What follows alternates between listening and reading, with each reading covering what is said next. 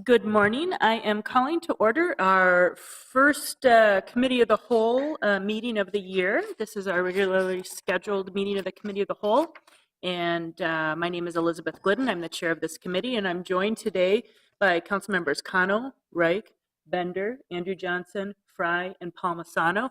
And we are a quorum of the committee. Today, we have two public hearings and one consent item. And I am actually going to go ahead and move the consent item, which is item number 3. This is regarding an information governance ordinance. The action will be referring to the city clerk, an ordinance amending Title II of the Minneapolis Code of Ordinances relating to administration, adding a new Chapter 41 relating to information governance. Is my understanding the clerk is working with a team, including some other department leads, and we will see that coming forward later this year. So all in approval of referring this to the clerk, please say aye. Aye. Opposed, and that item is approved and set.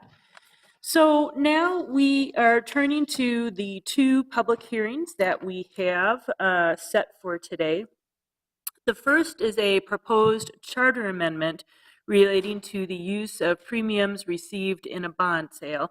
And I am not 100% certain. Is Mr. Osborne, are you leading off our presentation? I don't know that I got the information on who was doing that. I believe Mr. Ruff is going to do the presentation, okay. But just procedurally, the Charter Commission at its December 7th meeting recommended the proposed charter change that we'll have a public hearing on today. All right, thank you. Mr. Ruff. Madam Chair, members of the committee, Mark Ruff, the Chief Financial Officer for the city. This charter amendment I would put into the broader bucket of conformance with industry standards and marketplace for competitive municipal bond issues.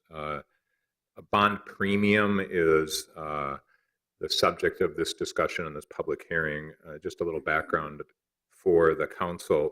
As you know, financial markets are becoming more diverse.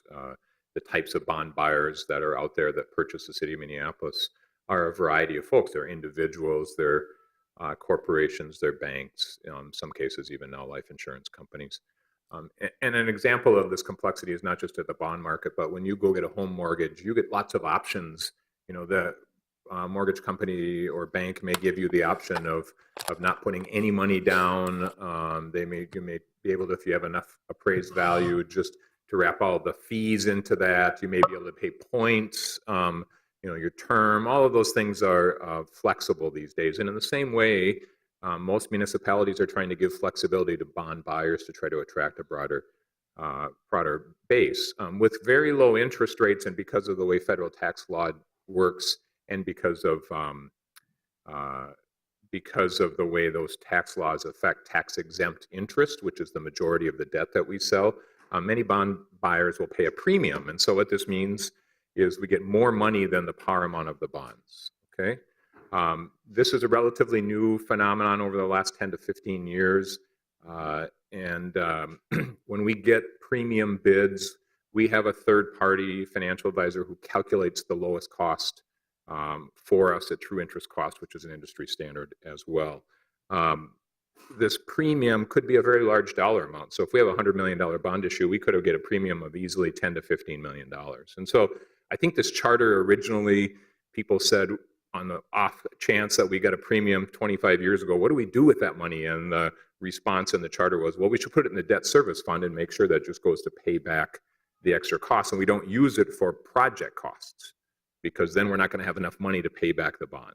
Okay, so, and the second was, I think the reason it was in this charter, and haven't done this factually for the city of Minneapolis, but just a familiarity with other jurisdictions, is that there was some concern that somehow bidders would be trying to, somehow make their bid look better by giving more money up front, and we didn't have the computer programs at that time to instantaneously calculate who was the best bid, and so there was some question about, well, is this really the best overall situation for the city? Now that's become much more standardized across the marketplace. As I said, we have that third party who calculates that for us.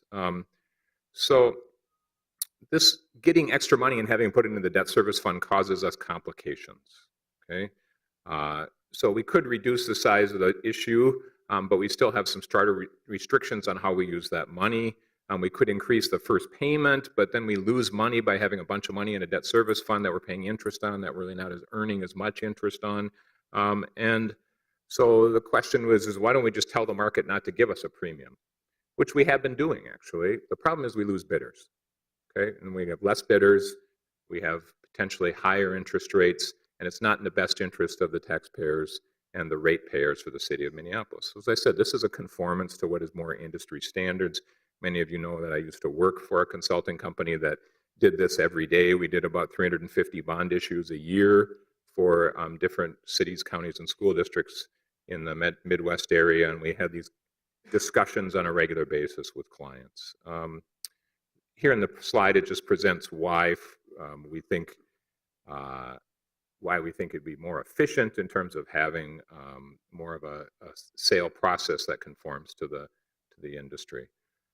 The last thing is why didn't anybody bring this up before? And part of the reason is, as I said, it's a relatively new phenomenon. Two is we used to calculate assessment rates, the rates that individuals would pay on their special assessments, off of the coupon rate, all right, off of a rate that was a little higher on the back end in exchange for some more money up front in a premium bid. And so we didn't like premium bids because it made people who were paying special assessments higher interest rates. That was changed the last couple of years. Some of you may remember we tied that now to treasury rates. So it's not off of the last bond sale of the city. It's the assessment rates, the special assessments are paid off is off of actually a U.S. Treasury benchmark. Okay, and so that's the reason for bringing it forward now. We just think generally it's going to be a better thing overall for the city. We still have the flexibility if we think we need to restrict premiums in certain situations, but by and large, we are one of the last jurisdictions that have left this in either in the charter. Most cities that aren't charter cities just to conform to state law, and I think that's, Bert can say, but that's basically what the plain language says in the charter amendment, which is we're just going to conform to what state law is at this point in time. So that's the presentation. Thank you very much for this and for helping us to understand what for non-finance professionals is a complex topic. Are there questions from council members relating to the information presented before we open the public hearing? I'm not seeing anyone with questions, so we will go ahead and open the public hearing and see if anyone is here who wishes to speak on this matter. Anyone who would like to speak? I'm not seeing anyone come forward, so I'm going to go ahead and close the public hearing. And we have before us this proposed charter amendment, so I'll go ahead and move approval of the charter amendment. All in approval, please say aye. Aye. Opposed?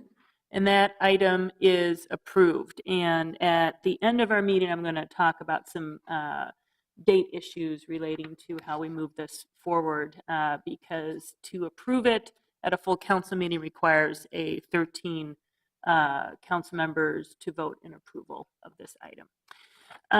Second, we have a public hearing on the Sick and Safe Time and Extended Employment Programs Ordinance. This is an amendment to our recent ordinance passed relating to sick and safe time. And Ms. Corbell, Mr. Walsh, we're going to get a little bit of a presentation on this. So.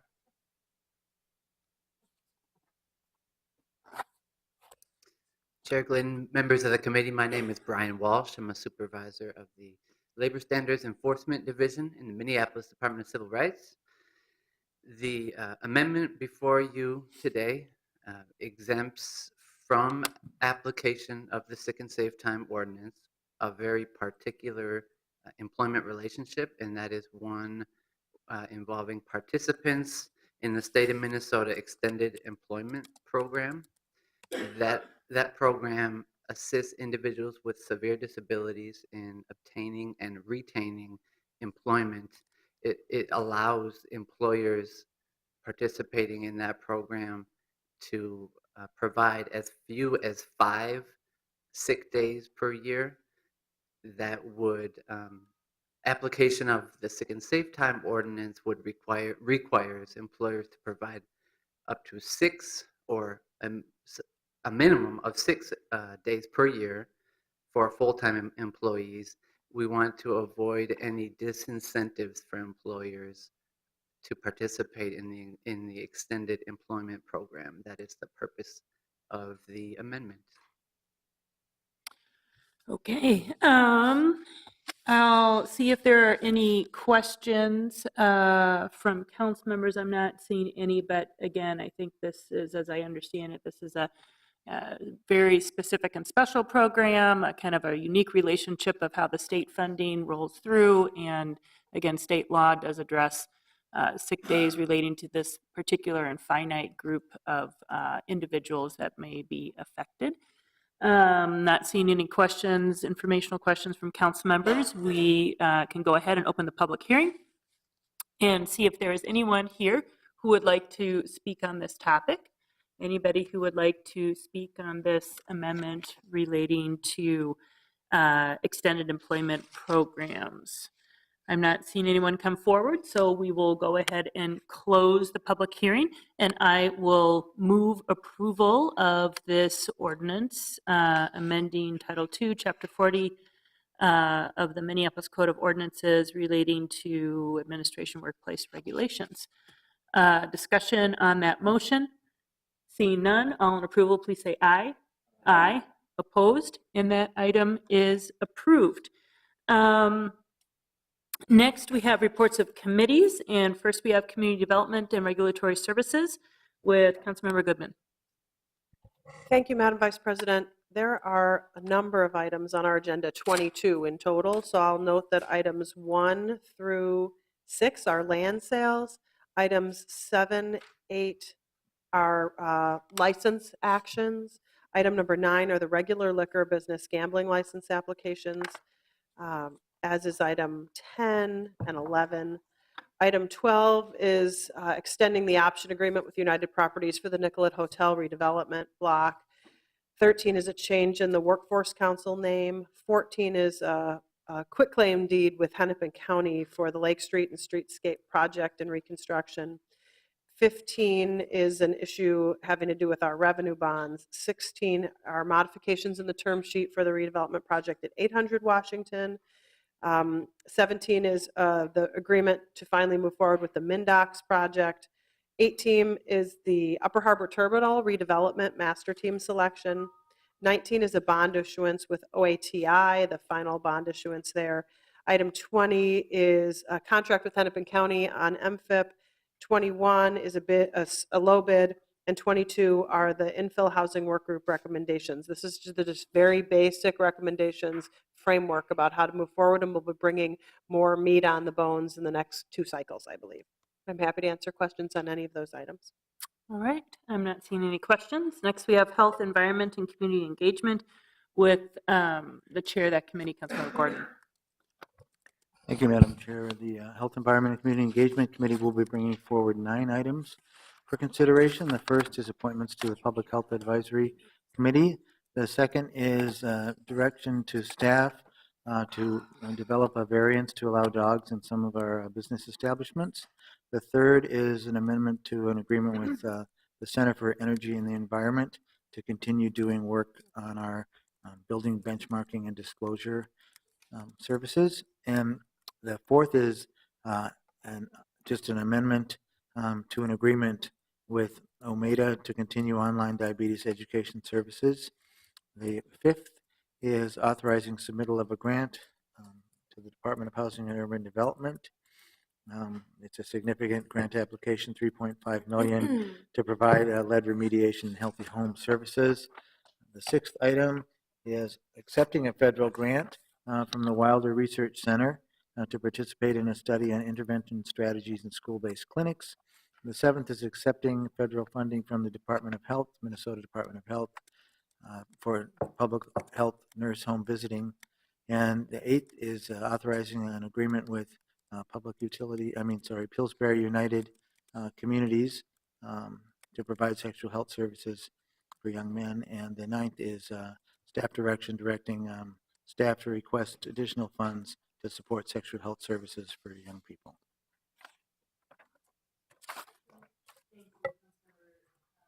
Any questions? I'm not seeing any right now. Next, we have Intergovernmental Relations Committee. And there we have two items. One is a resolution, which I'll note Councilmember Gordon is the chief author of, supporting resettlement of Syrian refugees in Minneapolis and the state of Minnesota. And the second was approving some additional updates to our 2017 legislative agenda. And I will stand for questions, not seeing any. Next, we have Transportation and Public Works with Councilmember Reich. Thank you, Madam Vice President. We have 13 items that will forward for full consideration to Council on Friday. Item 1 is a series of actions for advisory board appointments. The locations and people are listed for each special service district. Item 2 and 3 are moving forward with reconstruction projects. Item 4 and 5 relate to the I-35W and Lake Street Transit Access Project. Project designation, setting public hearing, and parking restrictions for that project. And the public hearing is going to be set for February 14th. And then 5 relates to the supplemental agreement with the Minnesota Department of Transportation for cost participation in that project. Item 6 is the sale of city-owned vehicle to the University of Minnesota per the terms included. Item 7 is the 4th Avenue South Signal Upgrade Project contract amendment with Thomas & Sons. Item 8 is a grant acceptance from the state for Safe Routes to School funds for the Lindale School Crossings project. Item 9 and 10 relate to our water treatment, putting funds to continue those activities. Item 11 is the Downtown East Commons 2017 operation, and that's an agreement with Green Minneapolis for the amount listed, and a passive resolution accepting the charitable gifts from Green Minneapolis for the operations and construction of the Downtown East Commons. Item 12 is the bid for the Lindale Safe Routes to School project. That's a low bid. And item 13 is also a low bid for the Columbia Heights filtration plant. I'll stand for questions, Madam Vice President. Thank you very much. I'm not seeing questions. Next, we have the Ways and Means report, and Councilmember Quincy, I will just note, is out of town to attend the funeral of his father, so we wish him the best. So I will be giving the Ways and Means report. The first 4 items are legal settlements. Item number 5 is reduction of an assessment for a particular property relating to reconstruction of 26th Avenue North. Item number 6 is appointments to the Capital Long Range Improvement Committee. Item number 7 is a lease with the Walker Art Center for equipment storage at Vineland Ramp. Item number 8 is acquisition of real estate from Hennepin County for the East Side Storage and Maintenance Facility project. Item number 9 is a bid accepting a single bid that was received for a city traffic and maintenance facility paint tumbler project. And finally, item number 10 was another legal settlement. And I am not seeing questions on that list. Finally, we have the zoning and planning report from with 2 more. We have a zoning and planning report with Councilmember Bender. Thank you, Madam Chair. We have 6 items from Zoning and Planning. Item number 1 is approving appointments to our Heritage Preservation Commission. Item number 2 is a vacation at 1203 Washington Avenue South. Item number 3 is a rezoning at 861 Hennepin Avenue East. I'll note that there's a technical change revision in the ordinance that was brought forward by staff. Item number 4 is approving an application for rezoning for 26th and Lindale Avenue South. Item number 5 is the local historic landmark designation of the Pilgrim Rest Baptist Church. And item number 6 is the local historic designation of the Tilson Built Homes Historic District. And I believe Councilmember Glidden is bringing forward some slight changes to that for Friday. Can answer any questions. All right. So thank you for that. And then we have finally a report from the Audit Committee with its chair, Councilmember Palmisano. Thank you, Madam Chair. This is the only item we are forwarding for your consideration on Friday from Audit Committee is the reappointment of Scott Neal, referring this to City Council because it is our City Council's citizen appointment. This would be for a 3-year term, beginning January 1st and ending December 31st of 2019.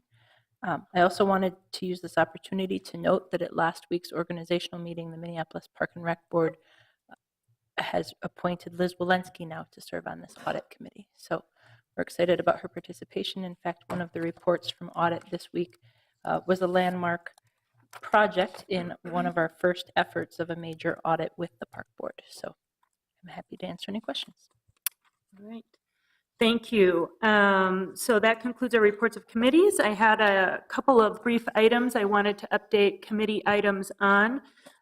First item is that we have had outstanding, and we've had some reports from civil rights about this before, a proposed slate of candidates for our Workplace Advisory Committee.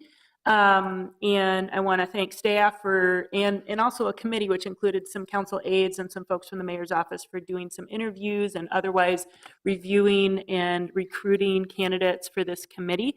I have just sent an email to everyone with a proposed slate of candidates for this committee.